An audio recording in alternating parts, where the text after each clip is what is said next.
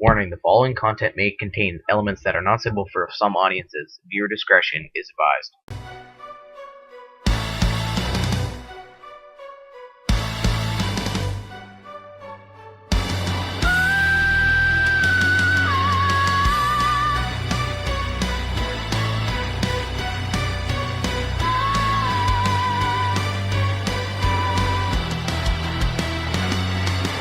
See you there behind the veil. Truth and lies, they start to pale. You think your words can hide the sin, but I can see what burns within. Come closer now, don't turn away. I've got something dark to say. Fire spreads with every breath, dancing close to living death. Oh, the darkness calls your name. Nothing stays the same. You're blowing smoke into the night, trying to hide from burning light. I see through every twisted game. You're blowing smoke, but I remain. The truth will rise, the lies will show.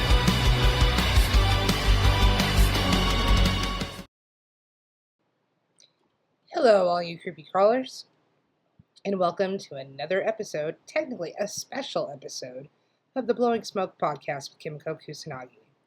The place where the veil is always a little thinner because we are sliding straight into the crack between summer and winter, the autumn equinox, and every harvest ritual that has ever made your ancestors lock the door at dusk. So tonight isn't about pumpkin spice fluff. We're digging into the raw, bloody, sexy, terrifying ways humans have celebrated the moment the sun crosses the equator and the dark starts winning. From druid bonfires to Korean ghost brides, from Slavic straw goats and that demand virgin blood to Japanese moon viewing parties where samurai wrote suicide poems, we are going on a global harvest bender. So light up and listen in. So, the equinox, which when the day and the night bleed together. Quick science with a side of witchcraft. The autumn equinox, usually September 22nd or 23rd, is the exact second when the Earth's axis is tilted neither towards nor away from the sun. Day and night are equal length for one heartbeat. After that, darkness starts eating the light minute by minute until the winter solstice. Ancient people didn't have calendars. They had terror and wonder. When the shadows stretched exactly as long as the light, they knew the door to the other world cracked open. In Ireland, this is called the time of no time. Druids climbed the hill of Tara and lit the first fire of the year, the Teen Ygin, using friction only. If the flame caught before sunset, the crops were safe. If it caught after, well, someone was getting volunteered to the bog. Across the channel, the Welsh burned the last sheaf of wheat in a ritual called the hare. Why a hare? Because the corn spirit, the goddess of the harvest, was believed to hide in the final stalks. You cut her down, you bind her into a doll, you name her the Harvest Queen, and then you drown her, burn her, or bury her under the floorboards so she'll be reborn again next spring. And here's the part they don't teach kids. In parts of Scotland, the prettiest girl in the village was chosen as the queen. Crowned with wheat, paraded naked through the fields, and symbolically killed by having her throat touched with a sickle. She lived, obviously, but she carried the death for the whole community. Talk about pressure. Mabon, Mondron, and the Stolen God. So the Welsh again, this time, with the darkest equinox myth of all, Mabon, ap Modron, the divine son stolen from his mother 3 nights after birth. Mondron is the great mother, the harvest herself. Mabon is the grain that must be cut down. I'm going to butcher this one. Mabon. So King Arthur has to rescue Mabon from the underworld prison so the land can keep producing. Sound familiar? It's Persephone. It's Balder. It's every dying and rising god. The equinox is the moment he goes willingly into the earth so we don't starve. Modern pagans call the holiday Mabon now, coined in the 1970s by a guy named Aidan Kelly, who just really liked the sound of it. Really ancient Celts probably called it Alban Alfred, light of the water, because the equinox sun sets exactly over the sea in western Britain, turning the ocean blood red. Tonight, somewhere in Wales, there are still people who leave a single apple on the windowsill for Mabon. Cut it crosswise tomorrow, and you'll see the pentagram inside. The map of the underworld. Eat it, and you dream of the god you'll have to sacrifice next year. So Korea's Chuseok, when the dead come home for dinner. Now let's hop continents. In Korea, the Harvest Moon Festival is Chuseok. 3 days when every family graveyard turns into a K-pop concert catered by ghosts. Ancestors, spirits ride the full moon back home. You clean the graves at dawn, mow the grass with sickles, pile fresh rice cakes and fruits so high the mounds look like altars. Then you bow, exactly 15 times for men, 10 for women, while the oldest person pours soju into the dirt. But here's the horror twist. If you forget an ancestor, they haunt you all year. There are stories of forgotten brides, women who died before marriage. They show up at Chuseok wearing blood-red wedding hanbok, demanding songpyeon rice cakes shaped like half moons. Give them the wrong color filling, and your cat'll die. In Busan 2023, a family filled their Chuseok table on TikTok, and at 3:33 a.m., the soju glass refills itself. Comments exploded. You forgot great aunt, okay bud. She hated persimmons. Why did you offer them? The next week, their dog vanished. Coincidence? Koreans don't think so. Japan's Tsukimi, which is moon viewing for broken samurai. Japan does harvest quite quiet and deadly. Tsukimi, moon viewing. You set up verandas with pampas grass, white dango dumplings stacked like tiny graves, and sake warm enough to burn away sorrow. In Heian times, aristocrats floated poems downstream on leaf boats. In Edo times, samurai wrote both death poems under the full moon because autumn was when you settled scores before winter campaigns. There's a ghost story every ryokan whispers. The Tsukimi widow. A woman waits every year for her husband who has never returned from war. At moonrise, she arranges 15 dango, one for each year that he had been gone, and on the 16th year the dumplings arrange themselves. She eats one and vanishes.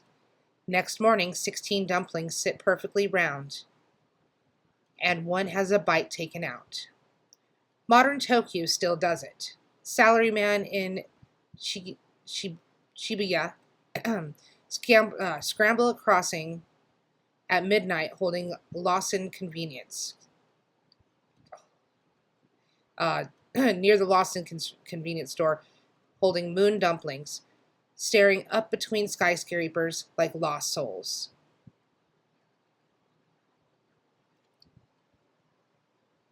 If the harvest moon has you feeling extra fertile with curiosity, go check out my merch store on Bonfire. Maybe pick up a gift card for the holidays. Link in show notes.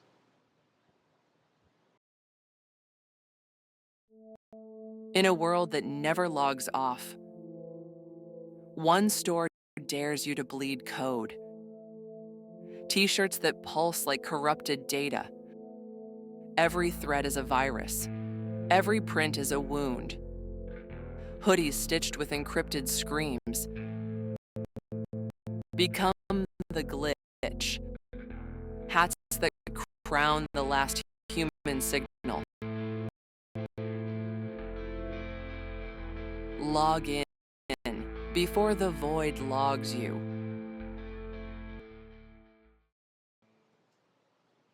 Okay. So now we get weird. In Poland, Ukraine, and Romania, the last sheaf isn't a queen. It's a goat, or a wolf, or a pregnant woman made of straw. In Poland, it is the koza, a giant straw goat carried door to door by drunk men in sheepskins. They demand vodka. You refuse, they kill the goat in your living room and stuff straw down your shirt for bad crops. In Ukraine, I'm going to butcher this one, but Dudiku, Didyuk is a multi-headed wheat sheaf that lives in your house from the equinox to Epiphany. It's literally your grandfather's soul. You feed it kutia on Christmas Eve, forget, and the cattle come down themselves. And in Romania, sweet Jesus, the Baba, the old woman of the harvest, is a life-size straw effigy dressed as a crone. Young men steal her, drag her to the river, and drown her while singing obscene songs. Then the girls fish her out, redress her as a bride, and bury her in the fields so the wheat grows thick as her hips. I found a 2024 video from Maramures. Masked men in bearskins chasing a screaming straw bride through the fog. Looked like a horror movie. Comment section just says, tradition. Now, Native American harvest moons, the real story. Across the Atlantic, many tribes call September's moon the corn moon or barley moon. The Lakota call it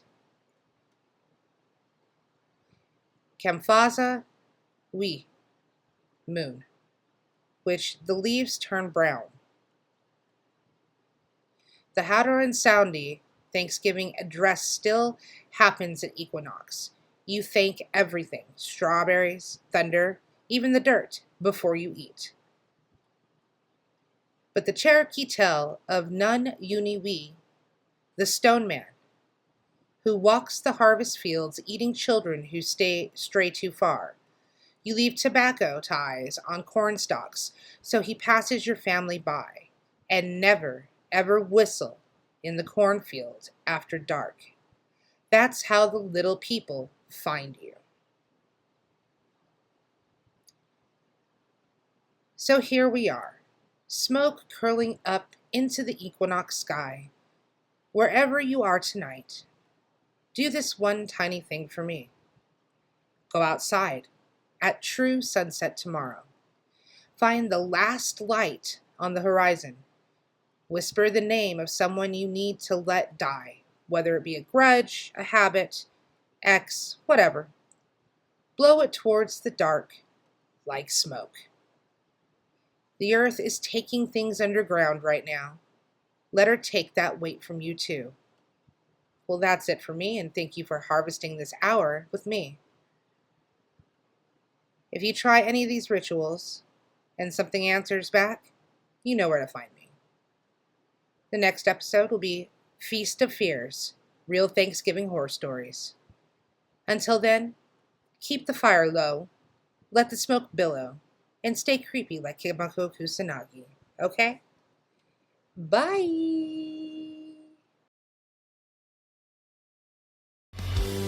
I trusted you with all my heart, tore my world apart, but from the ashes I have grown. Now I claim what's mine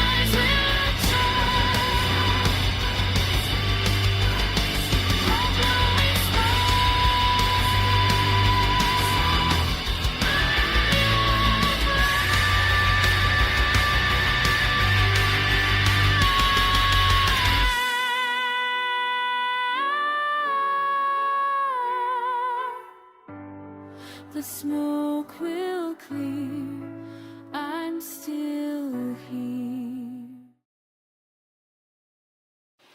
It's just a couple of wavy lines. God.